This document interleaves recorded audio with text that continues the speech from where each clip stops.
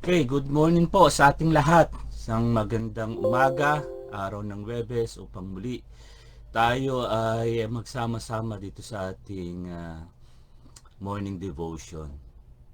Yan, good morning po sa ating lahat. Tayo po ay day 134 po ng ating daily Bible reading plan, May 14, at nasa Psalm 23 tayo. Psalm 23, one of the most beloved psalm, no?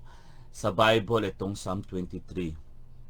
At dito po sa Psalm 23, talks about the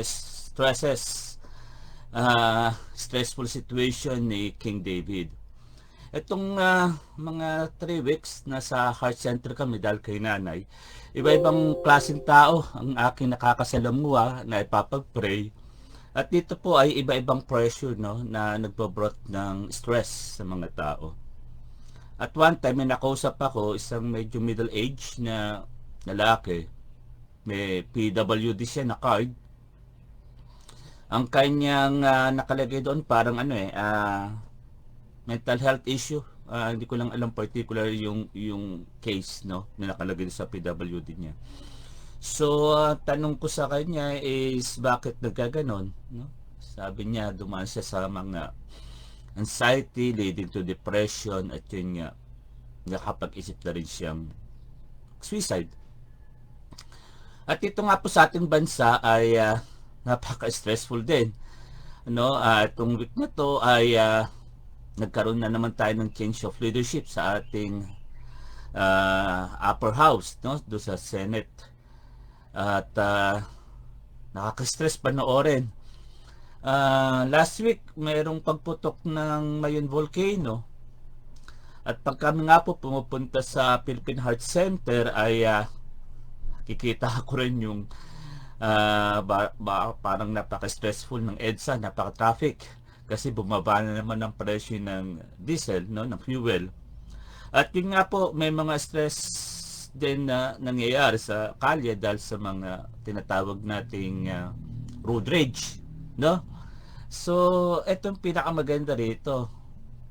Sa lahat ng ito, merong kasagutan ang Bible in Psalm 23. At makikita po natin dito paano ito ay nagbigay ng comfort sa maraming tao 1,000 years ago. At even dito sa ating mundo ngayon, sa mga panahon ngayon, it can serve sa model for stress management, itong Psalm 23. At habang ako ay nandoon nga po sa hospital, ay ako'y nakapagbasa ng isang article kay Pastor Rick Warren do sa kanyang Daily Hope, no? Daily Hope na everyday ay meron siyang mga devotional. At ito po ang gusto kong i-share sa inyo kasi nga po napapanahon sa mga stressful na nangyayari sa mga buhay ng tao ngayon because of the demand doon sa mga deadlines sa work, demand doon sa mga digitalized na anak, no, ng mga magulang sa tahanan, yung mga may negosyo na yun nga po may mga deadlines din, so napaka angkop nito para sa ating lahat sa mga panahon ngayon. So sabi sa verse 1 ng Psalm 23, the Lord is my shepherd, I lack nothing. So hindi pwede natin makita rito. Sabi po ni Rick Warren, look to God to meet all your needs. Yan, no? Tumingin po tayo sa Diyos upang matugunan ang lahat ng ating pangangailangan. Kasi nga po, sa halip na ilagay natin yung ating seguridad sa mga bagay na maaaring mawala, tulad ng trabaho, ng negosyo, ng ating asawa, ng ating mahal sa buhay, ng ating reputasyon, o ng ating kalusugan, ilagay po natin yung ating seguridad sa isang bagay na hindi kailanman maaaring mawala. Ano po yon? Yung ating relationship sa ating Panginoong Diyos. So put our hope in God at tumingin tayo sa ating mga pangangailangan sa Kanya. Pangalawa, sabi sa verse 2, He makes me lie down in green pastures. So, we need to obey God's instruction about rest. Hindi po masama magpahinga, no? Hindi po masama medyo stop Ang Bible ay punong-puno ng mga instruction about rest and recreation and relaxation. At ito ay minodel sa atin ng Panginoong Diyos. Even nung kanyang nilikhang mundo, ay mababasa natin sa Biblia, nung nakakapitong araw siya po ay nagpahinga. Kaya nga po isinama rin yung araw ng pamamahinga o yung Sabbath day, no? Yung Sabbath in the Ten Commandments. At yun nga po ang sabi ng ating Panginoong Hesus, he made the point of resting, na nung even siya ay nandito sa lupa nakasama ng sangkatauhan. Kaya nga po ang pagpapahinga ay maaring mukhang hindi akma dito sa napaka-abala nating mundo, pero alam po ng Diyos na ang pagbibigay ng ating pinakamahusay para maging tayo effective, maging tayo productive, ay kailangan po natin ng pahinga, ng rest. So, obey God's instruction about rest. Number 3, we need to recharge our soul with God's beauty. No? Tignan natin yung mga nilikha ng Diyos na magaganda, kahit napaka-stressful, no? Napaka ng buhay, nakakapagod, parang nakakawalan ng pag-asa. Kasi sabi po doon sa verse 2 to 3, He leads me beside quiet waters, He refreshes my soul. When God created Adam, inilagay po ng Diyos si Adam sa Garden of Eden. At doon makikita natin yung napaka-ganda, natural places na kung saan talagang wala nang kailangan pa si Adam. Ang kanyang gagawin lang is to really rest and enjoy, i-appreciate yung nilikha ng Diyos na yun na Garden of Eden. Pero yun nga po, sa panahon natin ngayon, wala na yung garden na yun.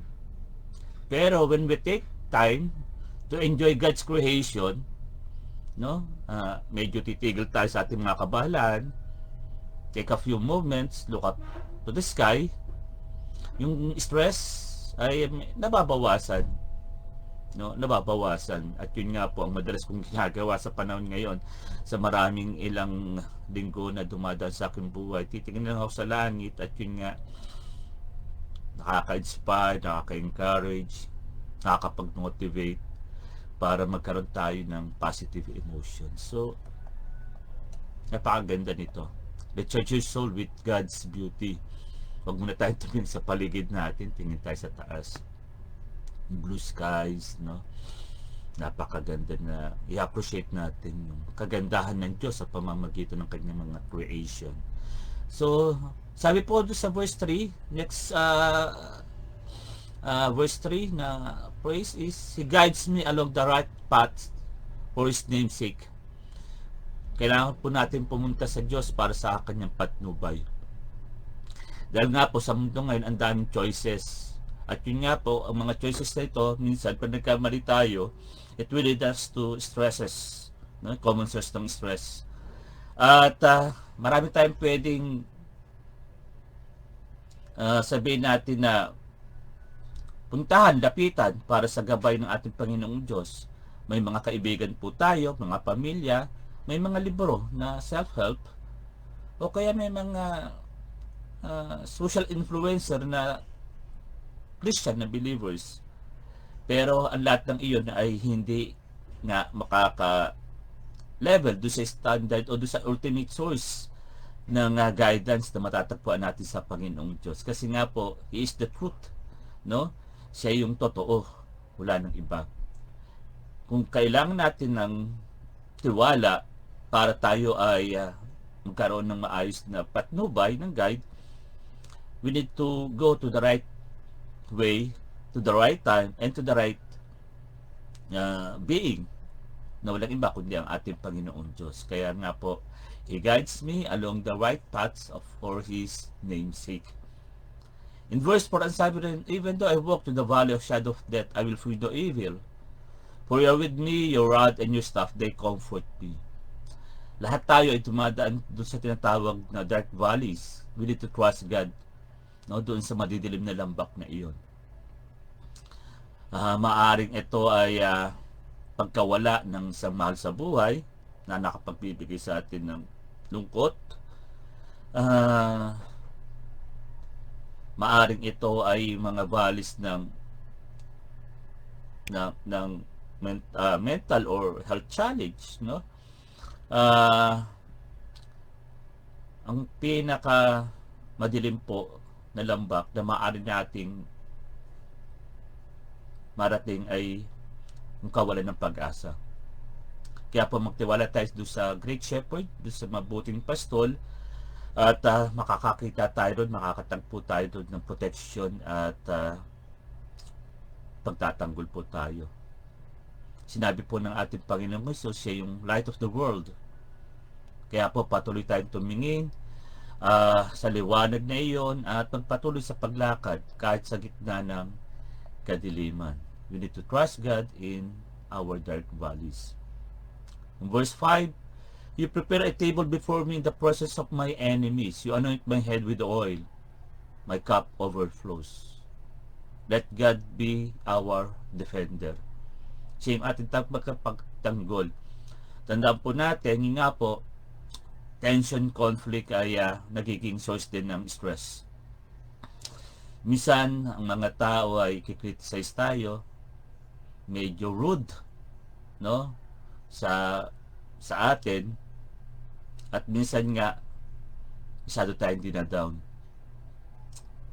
Ang natural na reaction natin is maaring lumaban tayo doon sa ginagawa sa atin. Pero ang Panginoong Diyos ay nag-aalok ng ibang paraan. Ang sabi niya ron, sa binasa natin, hayaan natin siyang maging ating tagapagtanggol. Magtiwala tayo sa Kanya na magiging mabuti siya sa atin at taalagaan niya tayo sa kabila ng mga nangyayari sa ating paligid. Kaya nga po, pangganda to no? Yung verse 5, mag-enjoy tayo na kasama siya sa Kanyang presensya sa kabila ng mga kaaway sa ating paligid. So, let God be our defender. In verse 6, surely your goodness and love will follow me all the days of my life, and I will dwell in the house of the Lord forever. Asahan mo kapatid, natatapusin ng Diyos ang lahat ng sinimulan niya sa iyo. Expect God to finish what He starts in you. Ano yung kinakatakot mo about your future? Ano yung mangyayari? Pwede ka naman pumili eh. Pero nga po, habang tayo ay naroon sa tinatawag na pagharap sa buhay, to the lens of fear and anxiety and uncertainty, pwede tayo pumili. Iisipin ko ba, pipiliin ko ba yung iniisip ko o yung pananaw ng Diyos o yung God's perspective? Kasi ang sabi niya rito sa verse 6, yung Kanyang goodness and love ay patuloy na sasamahan tayo. Mananahan po sa atin sa lahat ng oras ng ating buhay. At mananahan tayo sa Kanyang presensya magpakailan paman. Indeed, God is faithful. No? Marami tayong dark alleys and valleys. Maraming maaring nagbibigay ng stress, ng pressure, ng demand. Maaring nakikriticize, and yet, sabi ng Panginoong Diyos, sabi ni David, no? Surely your goodness and love will follow me all the days of my life. Kung tayo ay nakaramdam ng pressure, mga kapatid, at yung pressure ng gulo, ng ingay, ng dilim ng mundong ito ay parang nagbibigay ng takot, ng pangamba, ng duda sa bawat isa sa atin. Tanggapin natin yung kaaliwan ng ating Panginoong Diyos upang nang sa ganun ay makita natin sa Kanya yung stress management, how to deal with those things na maaring yun nga, it will lead us to greater pain, greater dealing of this life situation that will lead us to something bad no? Kaya napakaganitong Psalm 23 na ito. At nga po, mamayang gabi, if you have time, join us. Pag-aralan pa natin ito. Bakit ito naisulat ni King David? Ano ba yung kanyang naramdaman nung panahon na iyon? Ano ba yung kanyang kinakarap? Ano yung kanyang situation? At yet, no, nakafocus siya sa kanyang Panginoong Diyos. So, 7 spiritual habit that reduces stress. Ito po ay galing sa Daily Hope ni Pastor Rick Warren. So, patuloy tayong magtiwala po sa Diyos at yun nga po, alam natin na nariyan siya para sa ating lahat. Tayo po ay manalangin. Lord, marami pong salamat. Marami pong salamat, O God. Hindi kapos ang iyong pag-ibig, ang iyong abag, yung iyong awa upang kami ay alalayan do sa mga valleys of doubt, pain, mga valleys of prejudices about us. Maraming salamat Lord dahil patuloy kang nagtitiwala. Patuloy kang nariyan upang i-affirm, O God, that first and foremost, we are your sons and daughters. Ano man ang aming maririnig, makikita, ano man yung mga pressures and stresses, O God, sa aming paligid, still, O God, in your presence, there is peace, merong joy, merong blessed hope. Kaya God, ang aming dalangin, continue, God, to be Yahweh to us, to be our Abba Father, to be our joy. Patuloy, Panginoon, hawakan mo kami. Patuloy, Panginoon, samahan mo kami. At sa mga panahon, O God, na medyo magulo, maingay, madilim ang mundong ito, Lord, itaas namin ang aming mga mata sa iyo. Appreciate your creation, your goodness, your faithfulness. I-appreciate namin, Panginoon, yung Lordship mo over us. Maraming salamat, O God. Tunay kang Diyos na mahabagin, Diyos na mapagmahal, at higit sa lahat, Diyos na laging available sa bawat isa amin. We love you, Lord. May your peace that passes all understanding, O God, be with us sa umagang ito, sa maghapong ito, sa aming pagharap, Panginoon, sa mga demands, sa mga pressures, sa mga stresses ng buhay nito. Huwag namin kaligtaan, nakasama ka namin. Marami pong salamat, O God, sa karunungang ito na ipinahagi mo sa amin through Pastor Rick Warren. Marami pong salamat, O God, sa sama-sama namin pagtanggap ng mga biyayang ito mula sa iyong mga salita na matatagpuan sa awit 23. Pinupuri ka namin aming Diyos sa matamis na pangalan ni Jesus.